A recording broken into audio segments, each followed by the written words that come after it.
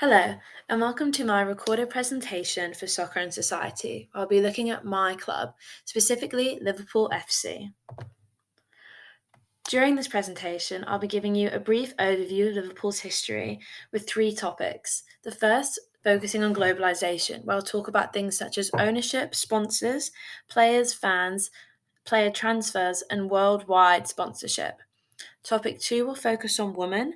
I'll do a brief history of this with team success, news on the World Cup, positives and negatives, and anything as well, including sexism and other aspects. Topic 3 is challenges and fans. This will focus specifically on fan activism, broadening fan base, hooliganism, community work, and ticket prices. Specifically focusing on Liverpool's protest of Walkout 77 and the spirit of Shanksy. Liverpool are one of the most well-liked football teams in the world, with more than 200 fan clubs spread out over at least 50 nations, and yet two of the worst stadium catastrophes to ever happen, the Hazel and Hillsborough. Since their establishment in 1892, with several European championships under their belt, they're one of the most successful British clubs for the international stage. Their stadium Anfield is renowned across the world and is constantly in large attendance for its energetic audiences. Their current net worth is 3.6 billion, and the manager for this team is Jurgen Klopp.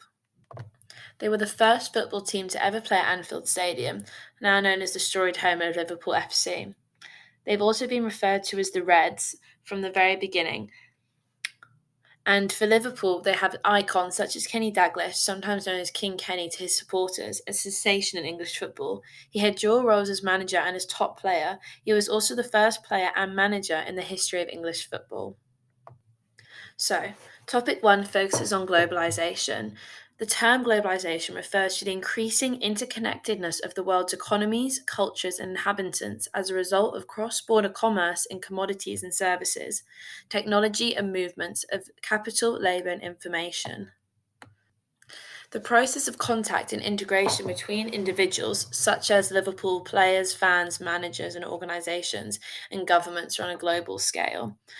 They have many international sponsors such as Mauritius Travel or Petro-Canada Lubricants. And although globalization is certainly not a new phenomenon, it increases the number of transnational corporations, for example, Liverpool. Another example can be seen here, specifically Liverpool FC goals by country. 18 different players from 10 different countries found the net as Red scored 132 times. This model helps us realize and conceptualizes how players are becoming more international and how crucial they are to the sport, competitions, and football in general. So, adding some theory to globalization, we have the different scapes. Here I'm focusing on ethno, media, and finance scapes. Ethnoscapes the international movement of people, such as Liverpool players from different countries. You can see how this may significantly affect the movement of ideas, information, and cultures throughout the world. Moving individuals brings their ideas with them, which can alter scientific, commercial, personal, and cultural notions at a local, national, and even global level, among others. Ethnoscapes make it possible to acknowledge how much more complicated one's idea of space, location, and community have grown. In fact, a single community, such as Liverpool, may be now spread all over the world.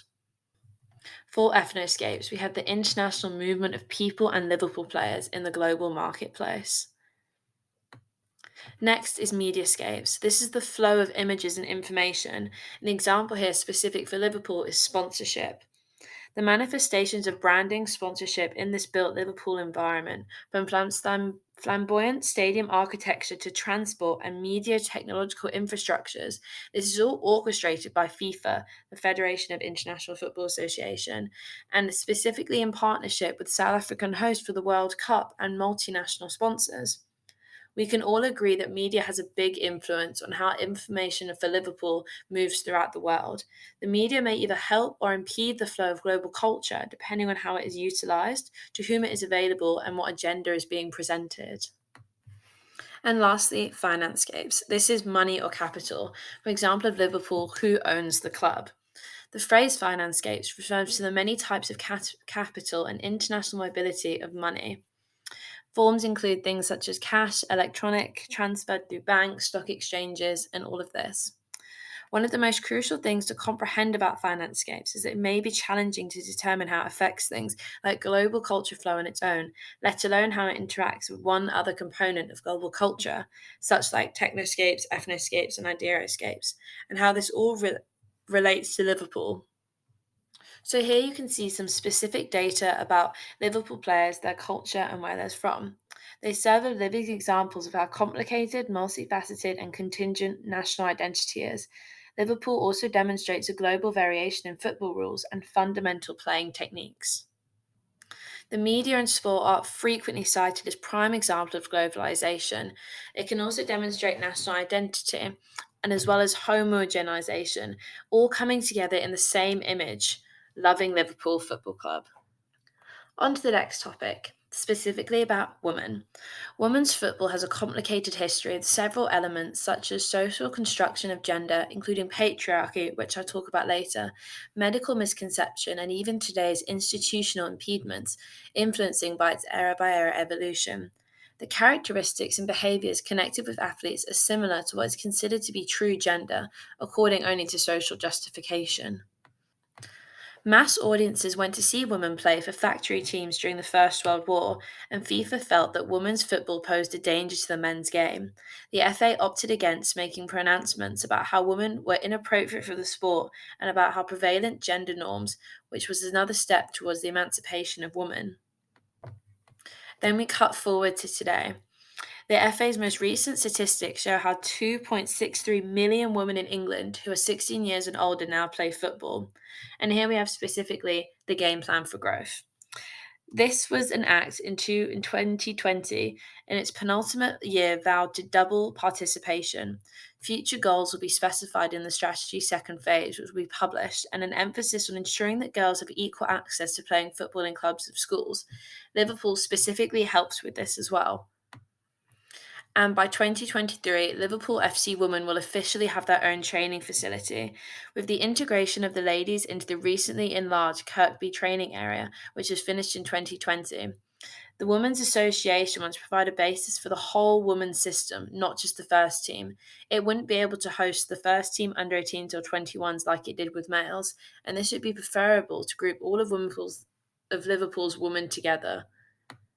We also have examples such as Alex Scott in this modern day, a former professional football player and sportscaster. She will be the first female English speaking commentator at FIFA 2020.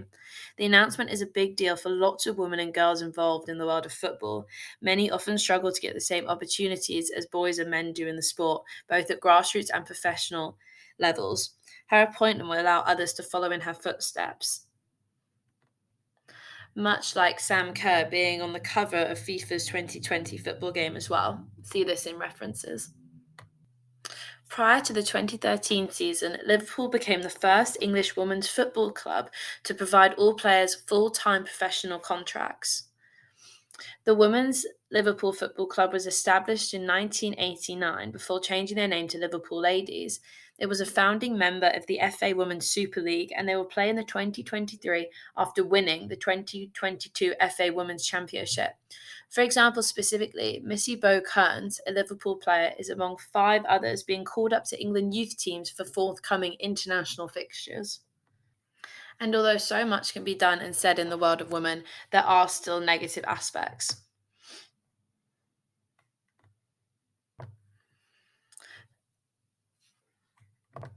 Such as sexual harassment going from 7% all the way up to 15% in the past 2 years, while the percentage of working women who have said they've been denied access to certain areas because of their gender in football has increased from 7 to 19%, suggesting that there are still issues within women's football that need to be resolved.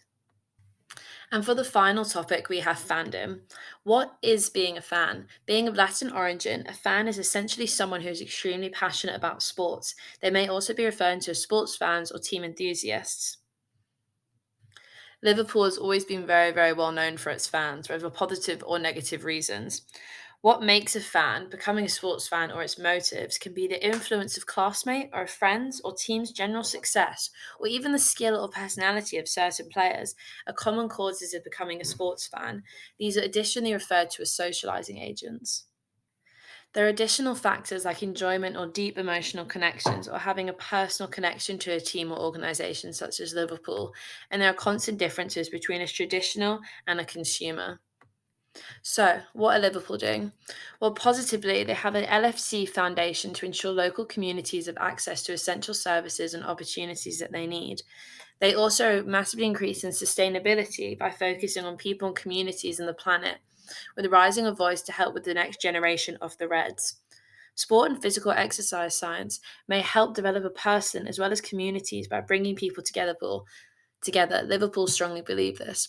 Many individuals believe that participating in, volunteering for, and watching sport is a good method for people from diverse backgrounds to commute and integrate. They have demonstrated and will continue to demonstrate that Liverpool, the football club, the city itself, and one larger football community can all benefit with one voice. However, in the topic of fandom, there are also challenges as well. Young troublemakers engage in hooliganism, which is often gang related violence or precarious behaviour. The groups of individuals who attend athletic events, such as Liverpool games, with the express goal of behaving violently and getting into fights. This is what we can call hooliganism. These individuals will also encourage other fellow fans, even when they do not want to engage in violent behaviour. And finally, specifically for Liverpool, we have things such as Walkout 77. The first walkout Anfield in its 132-year existence ever had was caused by thousands of Liverpool supporters protesting the cost of tickets after a 77 match ticket increase. In an era where football is becoming more and more commercialised, supporters were once more about to be taken advantage of for their steadfast support, and the bottom line took precedence over the vitality of the team.